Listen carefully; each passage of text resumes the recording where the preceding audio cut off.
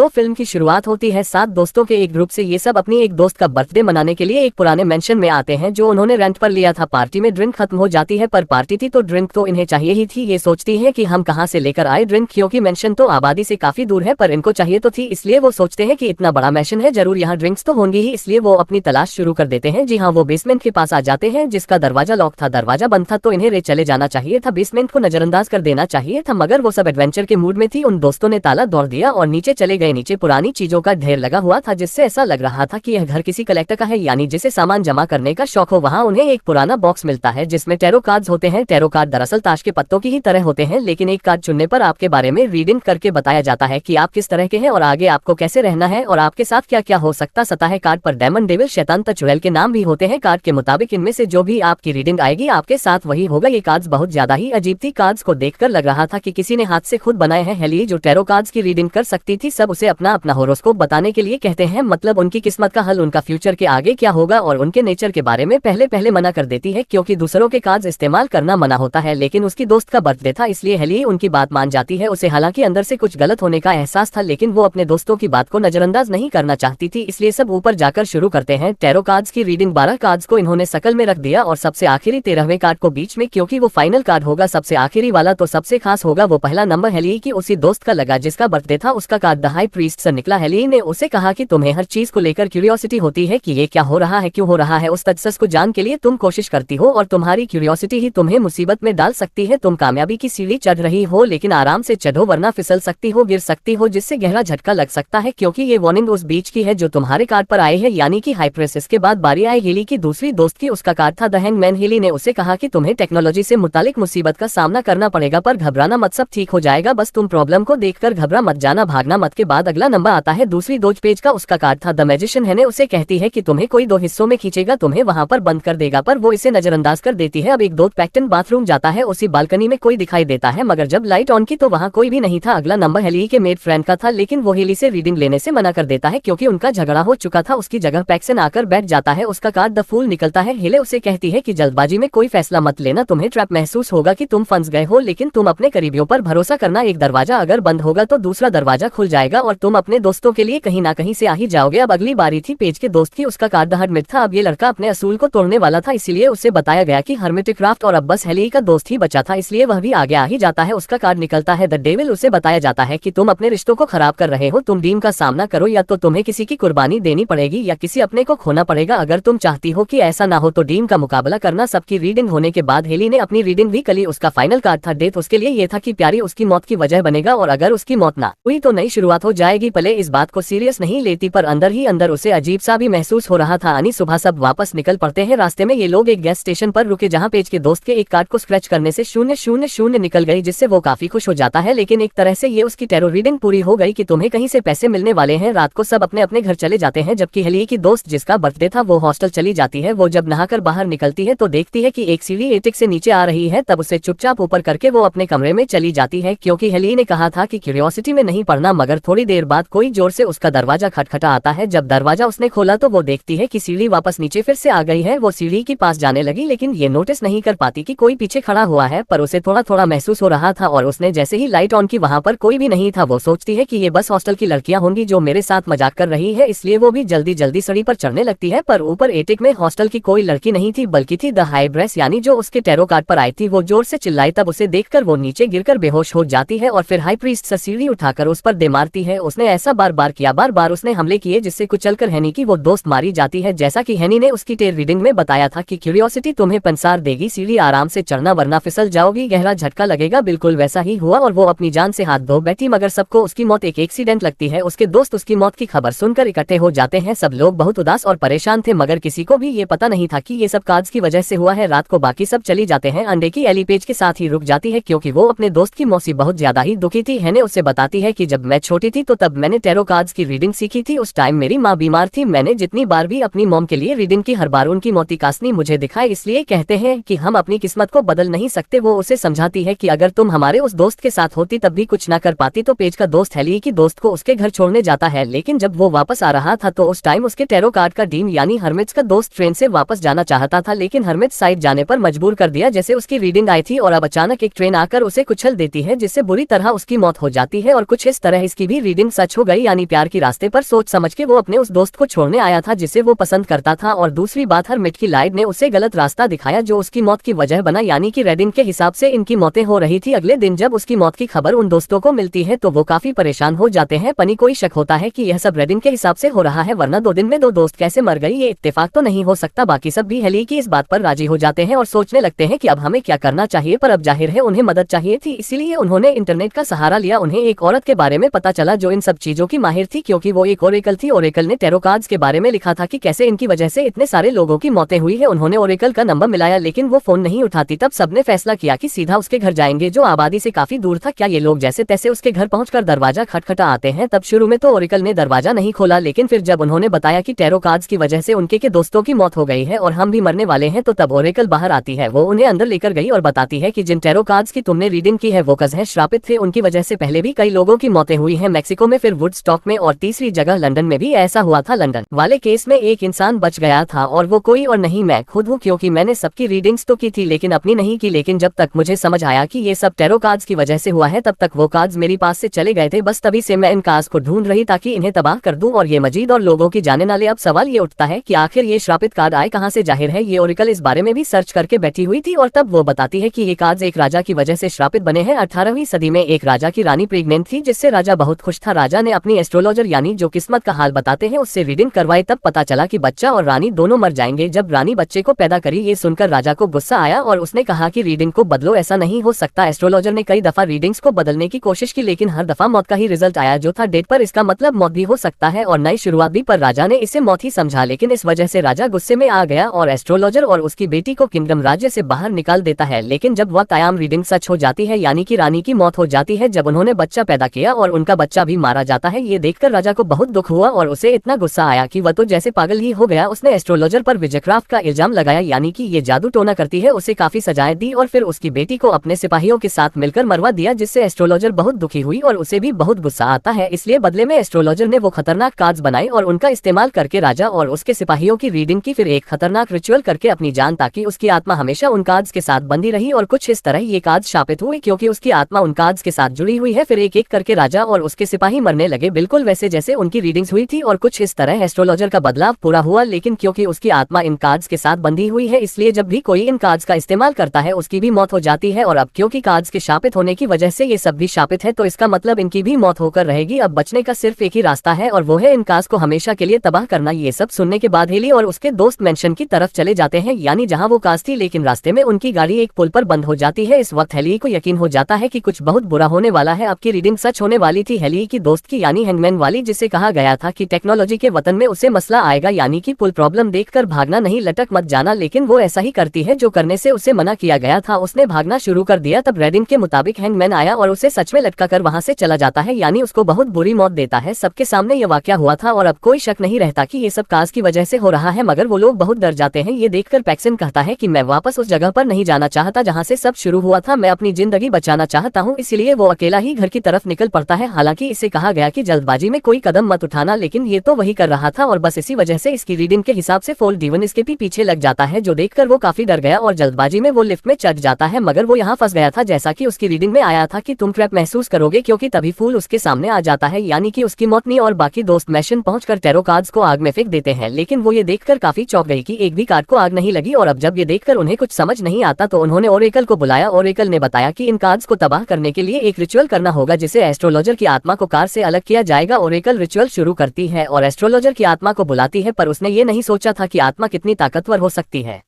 आत्मा ने आकर उल्टा ओरेकल की ही रीडिंग कर दी और उसका फाइनल कार्ड आया 6 ऑफ सॉर्ड्स, किन्हीं 6 तलवारें। उसने ओरेकल के अंदर घुसा कर उसकी जान देखकर हेली और उसके दोस्तों ने वहां से भागना शुरू कर दिया, लेकिन पेज उनसे अलग हो जाती है और उसकी रीडिंग भी सच होने लगती है। यानी उसे बताया गया था कि तुम्हें कोई 2 हिस्सों में खींचेगा। उसके टैरो कार्ड का मैजिशियन उसे एक बॉक्स में बंद कर देता है, फिर उसे आरी से 2 हिस्सों में काट डालता है और कुछ इस तरह उसकी मौत हो जाती है। इसके बाद डेथ और डेविल भी इन दोनों के पीछे लग चुकी थी, यानी उन दोनों दोस्तों के टैरो कार्ड्स की रीडिंग, जो एक हैरी का था और दूसरा उसके दोस्त का। तब हैरी को एक आइडिया आता है कि अगर मैं एस्ट्रोलॉजर की रीडिंग कर दूं तो उसके मरने के बाद सब कुछ ठीक हो जाएगा, क्योंकि ऐसे कार्ड्स और उसकी आत्मा दोनों अलग हो जाएंगे। आत्मा खत्म होगी तो कार्ड्स खत्म होंगी, कार्ड्स खत्म होंगी तो कस्पीड टूट जाएगा, वो भी हमेशा के लिए। हेनी ने फैसला कर लिया था कि उसको ये खेल खत्म करना पड़ेगा वरना सब कुछ बर्बाद हो सकता था। अभी तक हेनी खुद ही बता रही थी कि किस्मत को हम बदल नहीं सकते, लेकिन अब क्योंकि वो पूरे यकीन से कह रही थी तो अब तो किस्मत पक्का बदलने वाली थी। पर इनकी बातों ही बातों में डेविल उसकी दोस्त को खींच कर ले जाता है और डेथ यानी कि मौत ली के पीछे पड़ जाती है। प्यार तुम्हारी मौत की वजह बनेगा, ऐसी उसकी रीडिंग थी। हेनी ने प्यार का सहारा लेकर अपनी किस्मत को बदलने की कोशिश की, पर प्यार को तो यानी उसके दोस्त को तो डेविन ले गया और इसलिए अब बस मौत ही बची थी। डेथ ने आकर हेनी को पकड़ लिया, लेकिन तभी प्यार वापस आ जाता है। यानी उसका दोस्त, उसके दोस्त की रीडिंग थी कि तुम्हें डीवन का सामना करना होगा वरना तुम किसी करीबी को खो दोगी। अब वो डीवन का सामना कर रहा था, जबकि हेनी ने उस एस्ट्रोलॉजर की आत्मा के लिए रीडिंग कर दी और अब उसका फाइनल कार्ड में डेथ ही निकलता है, बिल्कुल हैरी की तरह। अब अगर डेथ आत्मा को पहले ले गई तो हैरी बच जाए। हेली के दोस्त का पता नहीं कि वो बचेगा या नहीं, क्योंकि डेविल उसे खींच कर ले जा रहा था। यहाँ हेली एस्ट्रोलॉजर की आत्मा को कह रही थी कि पुरानी बातों को भूल जाओ और आगे बढ़ो और बेकसूर लोगों की जान मत लो, लेकिन इसी दौरान डेथ ने फैसला किया कि वो दोनों को यानी कि हेनी और एस्ट्रोलॉजर की आत्मा को एक साथ ले जाएगा। लेकिन हेनी के दोस्त ने एक बार फिर आकर उसे बचा लिया और डेथ आत्मा को देते और आत्मा का इन दोनों के सामने खात्मा हो जाता है। आत्मा के खत्म होते ही कार्ड्स भी खत्म हुए और ये कस भी आखिरकार हमेशा के लिए खत्म हो जाता है। अब जिस तरह डेथ का मतलब मौत और नई शुरुआत है, तो मौत बन गई उस आत्मा की और अब नई शुरुआत बन गई थी हेनी की। अब जब ये दोनों वापस जा रहे होते हैं कि तभी सामने से एक कार आ जाती है और उसमें था पैक्सन और उसकी रीडिंग थी कि अपने दोस्तों के लिए कहीं ना कहीं से वापस आएगा। अब हमें पता चलता है कि ये फलसी लिफ्ट में कैसे बचा था, तो तब दरअसल उसके दोस्त ने, जो उसके साथ रूम में रहता था, उसने आकर दरवाजा खोल दिया था और इसे बचा लिया था। यानी जैसा उसकी रीडिंग में आया था कि कोई करीबी उससे बचाएगा, जिस वजह से फूल डीवन चला गया। अब इनकी रीडिंग के हिसाब से ये बच गए थे, लेकिन आखिरकार इन्होंने उन शापित कार्ड्स को भी हमेशा हमेशा के लिए बर्बाद कर दिया। यानी कि अब किसी की भी मौत इस तरह नहीं हो और इसी के साथ यह फिल्म भी इधर ही खत्म हो जाती।